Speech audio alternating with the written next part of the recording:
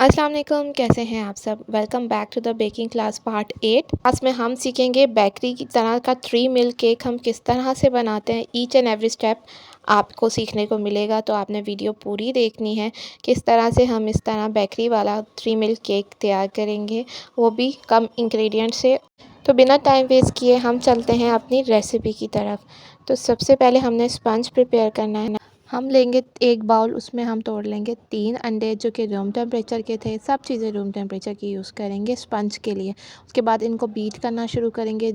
आपने बीटिंग बहुत अच्छे से करनी होती है स्पंज की, तभी वो फूलता है।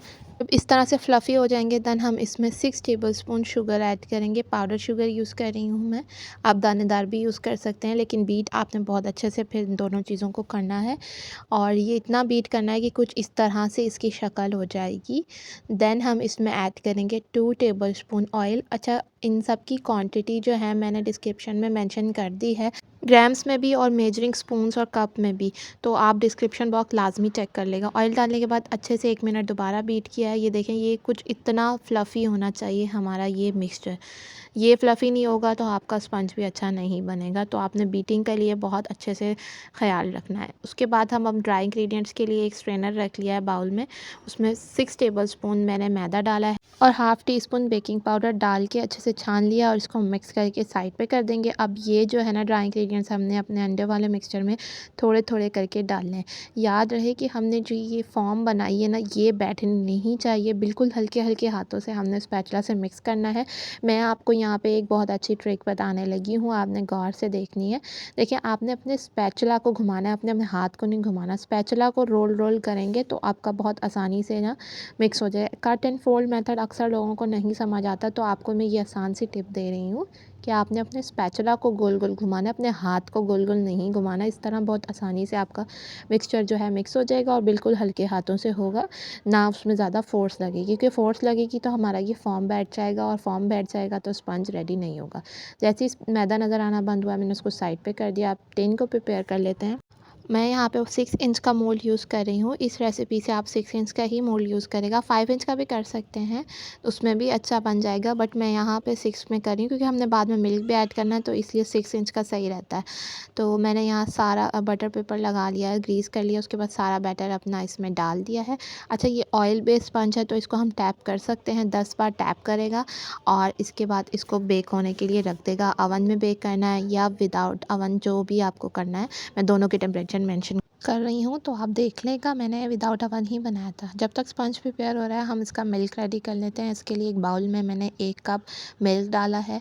तो ये ठंडा हो गर्म हो कोई फ़र्क नहीं पड़ता। उसके बाद 1/4 कप इसमें कंडेंस मिल्क डाला है और हाफ़ कप इसमें व्हिपिंग क्रीम डाली है। आप डेयरी क्रीम भी यूज़ कर सकते हैं।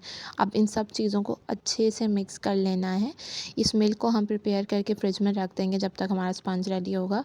तो ये थोड़ा सा ठंडा हो जाएगा, तो इसमें कोई फ़र्क नहीं है, आप गरम भी डाल सकते हैं क्योंकि हमने बाद में तो रखना ही है। ये बेक होके आ गया है हमारा स्पंज 30 मिनट्स के अंदर। इसको डीमोल्ड कर लेंगे। मैं इसको दूसरे पैन में शिफ्ट कर रही हूँ, आप चाहे इसमें ही कर सकते हैं जिसमें बेक करें, लेकिन मुझे ये ज़्यादा बड़ा लग रहा था तो फिर मैंने दूसरा 6 इंच का एक और मोल्ड निकाला, उसके अंदर इसको डाल दिया। ठीक है, और स्पंज हमारा बहुत परफेक्ट रेडी हुआ है। उसके बाद स्पंज को गरम गरम में ही इसमें होल्स करने हैं, चाहे आप नाइफ़ की मदद से करें या कांटे की मदद से, जो आपके पास अवेलेबल हो उससे कर लें, या स्टिक की मदद से भी कर सकते हैं। अच्छे से करना ज़रूरी है अंदर तक। उसके बाद ये सारा मिल्क मैंने एक जग में डाल दिया था ताकि ईज़िली पोर करने में आसानी हो। थोड़ा थोड़ा करके डालते जाएंगे, देखते जाएंगे, साथ साथ अब्जॉर्ब होता जाएगा। सारा मिल्क हमने इसमें डाल देना है, चारों तरफ फैलाना ज़रूरी है, तो हाथों से ही इसको कर लेगा। अब आ जाता है सबसे मेन पार्ट इस रेसिपी का। हमने करना है अब इस केक को फ्रीज़र में ही रखना है, कम से कम 6 से 8 घंटे, या फिर बेहतर है कि ओवरनाइट रख लें। अगर आपने सर्व करना है उससे 1 दिन पहले आप ये बना के लाजमी रख लें। फ्रीज़र में रखेगा, फ्रिज में नहीं रखेगा। अगले दिन मैंने इसको निकाला था, उससे पहले मैंने इसकी फ्रॉस्टिंग रेडी करनी है। तो मैंने यहाँ हाफ़ कप व्हिपिंग क्रीम ले ली है, लिक्विड ही फॉर्म में थी व्हिपिंग क्रीम। मैंने आपको बताई भी किस तरह बीट करनी होती है, उसके डिस्क्रिप्शन में लिंक दे दूँगी उस वीडियो का, वो वॉच कर लेगा। आधा कप यूज़ की है, इसको अच्छे से व्हिप कर लिया है और चॉकलेट सॉस भी है रेडी कर लेंगे। चॉकलेट गनाश जो हमने इसके ऊपर पोर करनी है, उसके लिए मैंने 1/4 कप डेयरी क्रीम ली है, आप व्हिपिंग क्रीम भी ले सकते हैं, और 1/4 कप भी मैंने डार्क चॉकलेट यूज़ किया, मिल्क चॉकलेट भी यूज़ कर सकते हैं। इन दोनों चीज़ों को माइक्रोवेव कर लेंगे। अब आ जाती है केक को डीमोल्ड करने की बारी। तो ये देखें, बिल्कुल ठंडा हो गया और बिल्कुल ये फ्रीज़ हुआ है। तो हमें इसी स्टेज पे इसको लेके आना है। 8 घंटे में हो जाता है ये इस तरह, बेहतर है कि ओवरनाइट रख लें। तो पहले पैलेट नाइफ़ से इसकी साइड्स बिल्कुल खोल देंगे ताकि इजीली निकल जाए। उसके बाद एक मैंने केक बोर्ड लिया है 8 इंच का, इससे बड़ा लिया है ताकि आराम से, और इस तरह से मैंने यूँ घुमा दिया है। अब हाथों से थोड़ी सी गर्मी देंगे और हाथों से टैप करेंगे तो ये निकल आएगा इजीली। ये देखें निकल आया इजीली। अब हमने इसको क्रम कोट करना है उस क्रीम से जो हमने व्हिप की थी। अच्छा, थोड़ी ज़्यादा पैलेट नाइफ़ में क्रीम लेते जाएंगे और इस तरह से लगाते जाएंगे। इवनली लगाना ज़रूरी नहीं है, बस आपने यूँ लगाते जाना है। इसको हम क्लियर बाद में करेंगे। सारी साइड्स को हमने इस तरह क्रीम से कवर करना है लाज़मी। देखें आप मेरा तरीका देखें किस तरह से मैं लगा रही हूँ। मैंने स्लो रखी है वीडियो ताकि आप लोगों को समझ आ जाए। इस तरह से पूरी साइड्स हमने कवर कर लेनी है अच्छे से। उसके बाद फिर इस तरह से टेबल को घुमाना है और पैलेट नाइफ़ को एक जगह रखना है, तो वो एक्स्ट्रा क्रीम जो है वो साइड से निकल जाएगी। उसके बाद ऊपर भी मैंने क्रीम डाली है। अब पैलेट नाइफ़ से इस तरह से हम फैला लेंगे पूरी क्रीम को अच्छे से। पहले इवनली फैलाना ज़रूरी नहीं होता, बस आपने कवर करना होता है, उसके बाद आप इसको इवन करते हो। हमने इसको कोई इतनी ज़्यादा कोई फिनिशिंग या कुछ नहीं देनी क्योंकि हमने इसके ऊपर गनाश लगानी है। तो इसको बस मैंने एक्स्ट्रा क्रीम को रिमूव कर लिया है पैलेट नाइफ़ की मदद से, और अब मैं टिश्यू से बोर्ड को साफ़ कर रही हूँ। अब जो माइक्रोवेव की थी मैंने गनाश 1 मिनट के लिए माइक्रोवेव की थी और ये इस तरह से हो गई थी। थोड़ी सी उसको ठंडा किया है और ये मैंने इसके ऊपर डायरेक्ट डाल दी। थोड़ी थोड़ी डालते जाएंगे और यूँ पैलेट नाइफ़ की मदद से इसको नीचे की तरफ धकेलते जाएंगे। अब याद रहे कि केक को आपकी नाइफ़ टच नहीं होनी चाहिए, सिर्फ आपने गनाश को हल्का सा टच करना है।